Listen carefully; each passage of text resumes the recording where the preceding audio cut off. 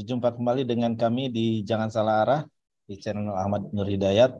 Ya, seperti biasa, kali ini kita akan membahas sebuah topik yang baru saja diberitakan ya, mengenai turunnya harga BBM non subsidi ya. Jadi judul JSA kali ini adalah kenapa bukan harga Pertalite yang diturunkan. Ya, untuk mengawali diskusi kita akan saksikan dulu cuplikan video berikut ini. Pemirsa, setelah dinaikkan cukup tinggi sepanjang tahun 2022 lalu, Pertamina akhirnya menurunkan harga Pertamax dan BBM non-subsidi lainnya. Penurunan harga ini mulai efektif sejak pukul 2 siang tadi. Seiring dengan turunnya harga minyak dunia, Pertamina mulai melakukan penyesuaian harga bahan bakar minyak atau BBM non-subsidi. Penurunan harga ini mulai berlaku efektif terhitung sejak pukul 14.00 waktu Indonesia Barat tadi. Harga Pertamax turun menjadi Rp12.800 per liter, sedangkan Pertamax Turbo turun menjadi Rp14.050 per liternya. Dexlite dan Pertamina Dex turun masing-masing menjadi Rp16.150 dan Rp16.750. Jam 2 siang ini, hari ini, harga Pertamax akan turun dari Rp13.900 ke Rp12.800. Demikian juga produk-produk seperti Pertamax Turbo dan juga Pertadex dan lainnya, Dexlite ini akan juga turun sesuai dengan formula yang sudah ditetapkan oleh ESDM. Ya. Jadi nanti itu semua akan bersamaan melakukan turun. Dan khusus tadi yang Pak Menteri sampaikan, solar dan Pertalite ini harganya tetap. Kenapa? Karena hari ini yang dibantu disubsidi oleh pemerintah ini besar sekali.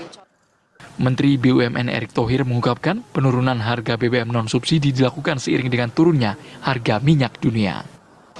Nah, sekarang harga minyak dunia turun ke 79. Nah, karena itu kemarin sebelum akhir tahun baru kita rapat 3 menteri. Ada Bu Menkyu, Pak Menteri SDM, saya, Ibu Nika diundang waktu itu untuk memproyeksikan bagaimana harga BBM yang pasar, ya, yang bukan dibantu pemerintah.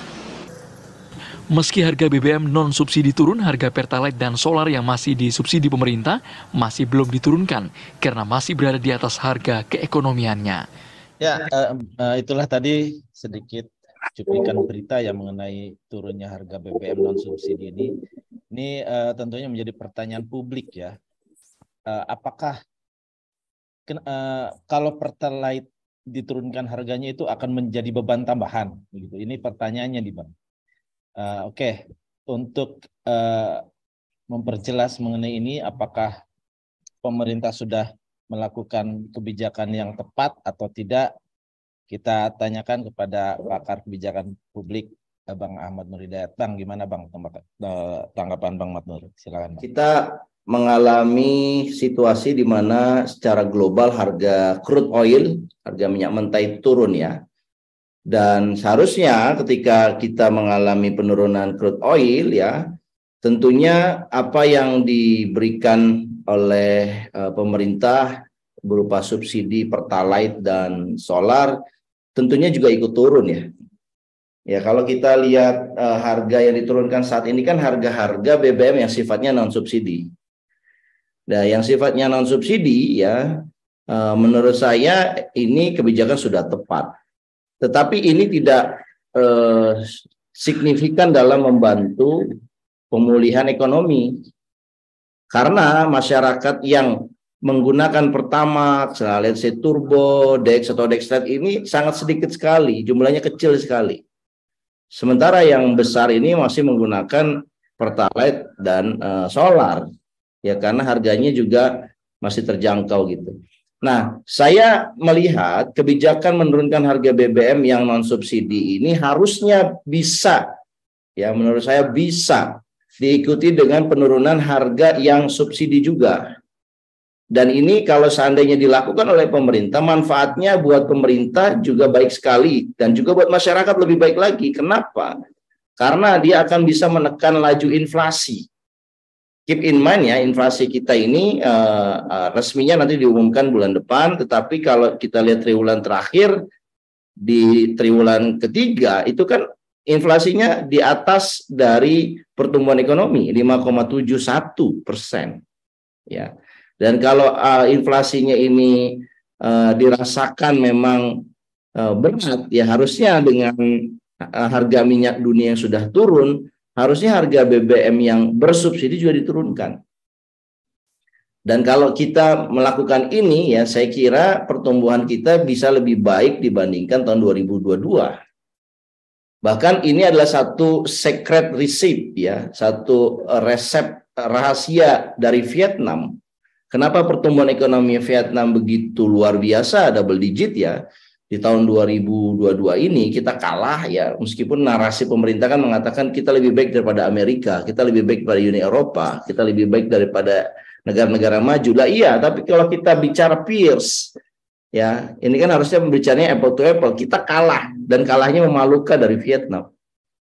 Ya, Vietnam itu sampai double digit, 2 kali lipat, ya, hampir 2 kali lipat dari pertumbuhan ekonomi Indonesia. Kenapa? Karena Vietnam sudah antisipasi, dia tahu bahwa akan ada penurunan daya beli, maka yang terjadi di Vietnam itu adalah bukannya menaikkan kayak di kita harga BBM, menaikkan PPN, di Vietnam itu malah menurunkan harga PPN, pajak penambahan nilai di Vietnam itu diturunkan dari 10 menjadi 8%. Dan saya kira itu salah satu cara yang efektif, dan juga menurunkan harga BBM untuk konteks Indonesia ini juga cara yang efektif untuk menekan laju inflasi. Di samping itu juga ya harusnya kita bisa berbagi beban, ya, kalau seandainya ini besar subsidinya, kan kita punya windfall profit dari komoditas, ya kan? Kan kita katanya sudah punya keuntungan yang lebih besar dari nikel juga.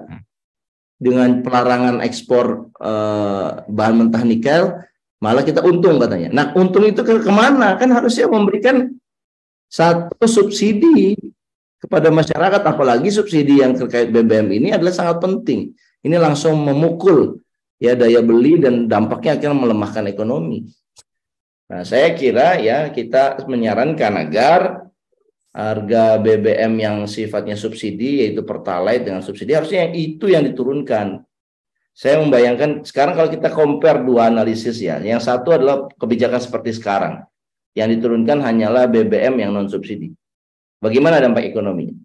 Yang kedua, skenario yang kedua adalah dengan harga yang non subsidi ini tetap, tapi yang subsidi ini yang kita turunkan. Kira-kira dampaknya lebih banyak kemana pertumbuhan ekonominya?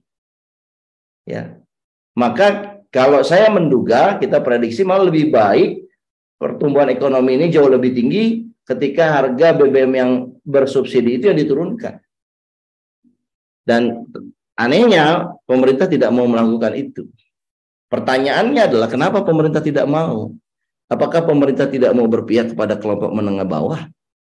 Karena yang menggunakan harga BBM ini menengah bawah.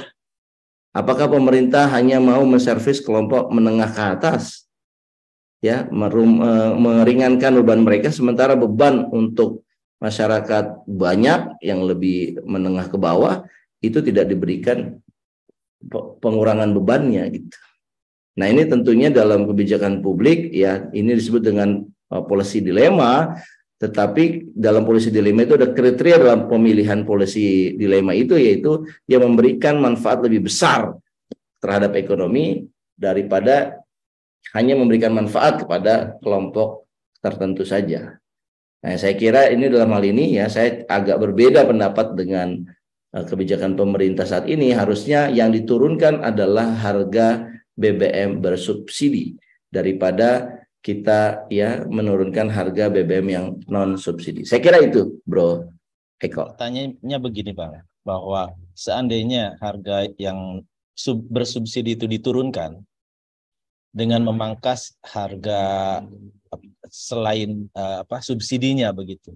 Artinya kan subsidi itu tidak perlu ditambah, begitu kan? Ya kan? Artinya alasan seperti yang di video tadi bahwa beban negara sudah berat, begitu ya. Itu terkesan bahwa dengan menurunkan harga BBM bersubsidi seolah-olah akan menambah beban, begitu. Apakah itu sesuatu yang ada korelasinya, begitu? Ya. Nah, karena untuk subsidi sendiri kan tidak perlu ditambah tentunya kan. Ini gimana menurut Bang? Sebetulnya opsi manapun yang diambil harusnya punya berdasarkan satu kriteria yang jelas. Ya, dan menurut saya kriteria yang paling bagus adalah bagaimana penurunan ke sektor mana yang memberikan nilai manfaat ekonomi yang lebih besar. Kalau kita lihat sumbangsi BBM dinaikkan, BBM subsidi dinaikkan, itu ketika dia naik 30%, roda harga transportasi juga mengikuti dengan kenaikan yang sama 30%. Untuk yang bahan makanan dia kenaikannya lebih tinggi lagi. Jadi ini membuktikan bahwa yang paling rentan ini ya adalah sebetulnya BBM bersubsidi. Nah, kalau seandainya kita memang ingin mengantisipasi terjadinya resesi, ya saya kira pemerintah ya harus menurunkan BBM bersubsidi juga, kan harga minyak juga kan sudah turun di level 79 yang tadinya kan sekitar 89-an, 90 US dolar per barel. Sekarang udah 79, jadi udah ada 11 penurunan ya, double digit dari harga BBM. Kan harusnya diturunkan juga lebih signifikan. Nah, saya menduga begini. Bisa jadi pemerintah wait and see nih, bro. Wait and see dalam arti dicek dulu bagaimana. Ya, karena ini kan masih awal bulan ya, Januari tanggal 4 lagi. Ya, penurunan pertama dicek dulu penurunan BBM yang non subsidi diturunkan dulu. Nah, kira-kira dampak terhadap ekonomi signifikan nggak? Dan saya kira jawabannya tidak. Dan nanti kemudian kalau seandainya pemerintah melihat tinggal signifikan dan akhirnya pemerintah mau menurunkan BBM yang bersubsidi, dia jadi wait and see dulu gitu loh. Ini salah satu strategi komunikasi pemerintah. Menurut saya daripada melihat wait and see dan kita sudah memprediksi hasilnya, lebih baik langsung saja biar di awal tahun ini masyarakat punya ruang ya untuk meningkatkan daya beli lebih baik lagi karena ada penurunan BBM-nya secara umum seluruhnya, tidak hanya yang bersubsidi tetapi yang non subsidi juga sudah mengalami penurunan. Menurut saya dampak ekonominya jauh lebih baik. Nah, analisis yang kedua, ini pemerintah menggunakan yang disebut dengan precautions budget. Ya, anggaran yang hati-hati. Karena ini di awal tahun pemerintah nggak mau seperti dulu, seperti tahun lalu di mana di akhir tahun kuota subsidinya sudah habis. Nah, jadi pemerintah sengaja ya agar ada ruang subsidinya tidak seperti kemarin yang gaduh yang akhirnya menaikkan BBM di tengah jalan di bulan September ya, yang kemudian berdampak kepada peningkatan inflasi. Nah, sebetulnya metode seperti ini ya tidak tepat. Kenapa? Karena situasi ekonomi saat ini itu sedang lemah. Ya harusnya kita diberikan stimulus, dan dalam teori ekonomi kalau kita ingin meningkatkan pertumbuhan ekonomi di situasi yang sedang sluggish, yang sedang lesu, maka dia harus memberikan stimulus yang cepat dan besar. Itu akan memberikan efek multiplier yang lebih tinggi dibandingkan memberikan stimulusnya diemprit gitu lah. Dikit, malah pada akhirnya di end of the day dampak ekonominya tidak tergenerate lebih besar dibandingkan yang tadi memberikan yang besar dan di awal. Ya, tapi lagi-lagi ya policy makersnya pemerintah kan katanya dikelola oleh ekonom terbaik sedunia. Ya, meskipun kita kritik karena metodenya lah lebih kepada metode pro kepada kelompok atas, tidak pro kepada kelompok bawah, ya pro kepada kelompok yang menengah, maka pertumbuhan ekonominya kalah jauh dengan Vietnam. Ya, kalau seandainya saran kita diikuti, mungkin growth kita lebih baik dibandingkan Vietnam. Ya, dan kita sekarang ini sudah keluar dari krisis ekonomi akibat pandemi. Tapi kan sekarang krisis ekonomi pandemi ini kan masih berlangsung ya. Hutang bertambah, inflasi tinggi, dan kemudian ada ancaman resesi, bahkan prediksi dari lembaga-lembaga internasional terhadap ekonomi Indonesia tidak seperti optimismenya pemerintah yang mengatakan bisa 5% bahkan di atasnya. Mereka semua dari yang terakhir disampaikan di bulan Desember, mereka mengatakan growth Indonesia di bawah 5%. Ya, itu artinya nggak bisa kita menggunakan metode as usual. Kita harus menggunakan metode out of the box because the time is indifference. Ya, the time is different sekarang. Waktunya sekarang sudah berubah, sudah changing semua. Oleh karena itu ya, saya kira pertanyaan tadi Breko ya harusnya kalau seandainya dibuat pemerintah mau ya dibuat satu simulasi kalau seandainya yang BBM non subsidinya tetap, yang diturunkannya BBM bersubsidi. Jadi ini seperti ada subsidi silang. Dan saya kira ini akan lebih baik buat ekonomi ya. Nah, persoalannya kalau ini dilakukan bagaimana mengantisipasi yang tadinya menggunakan BBM bersubsidi, BBM non subsidi tidak masuk ke dalam BBM yang bersubsidi, maka di sini pengawasannya harus jelas. Saya kira kalau pengawasannya jelas ya, lagi-lagi persoalan di kita ini kan kebijakannya indah tapi pengawasannya problem. Nah, kalau karena itu ya menurut saya memang satu-satu dulu lah bahwa pengawasan ini perlu diperbaiki, perlu diperketat, baru kemudian subsidinya diperbaiki ya, bahwa yang non subsidi ini harusnya lebih benar-benar lebih terjangkau lagi buat masyarakat kita. Saya kira itu ya, Breko ya. Terima kasih Bang. Kalau boleh saya simpulkan, artinya pemerintah itu sebetulnya kalau ini dilewatkan kehilangan momentum ya. Justru ini momentum untuk men-trigger pertumbuhan ekonomi ya dengan menurunkan harga BBM bersubsidi karena lebih banyak dikonsumsi oleh masyarakat sehingga daya beli masyarakat itu akan terdongkrak begitu ya, sehingga roda perekonomian akan semakin baik begitu. Ya artinya pemerintah kalau seandainya non subsidi saja yang diturunkan seolah-olah pro-nya itu ke kalangan atas karena BBM non subsidi itu hanya dikonsumsi oleh lebih sedikit masyarakat begitu, terutama masyarakat yang berada, masyarakat kelas atas begitu. Ya terima kasih atas pencerahannya. Baik, tambahkan sedikit ya, Oke, Bro. silakan. Kebijakan pemerintah akhir-akhir ini memang terlihat ya itu sangat pro kepada kelompok elit atau kelompok oligarki.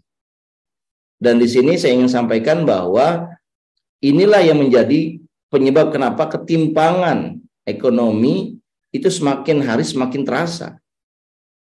Sebut misalkan ya kebijakan Perpu Cipta Tenaga Kerja. Itu siapa yang dibela? Buruh atau investor? Kan investor. Ya, ketika pemerintah menurunkan BBM yang non subsidi dan mengabaikan penurunan di BBM yang bersubsidi, itu yang dibela siapa? Kelompok menengah atau kelompok bawah?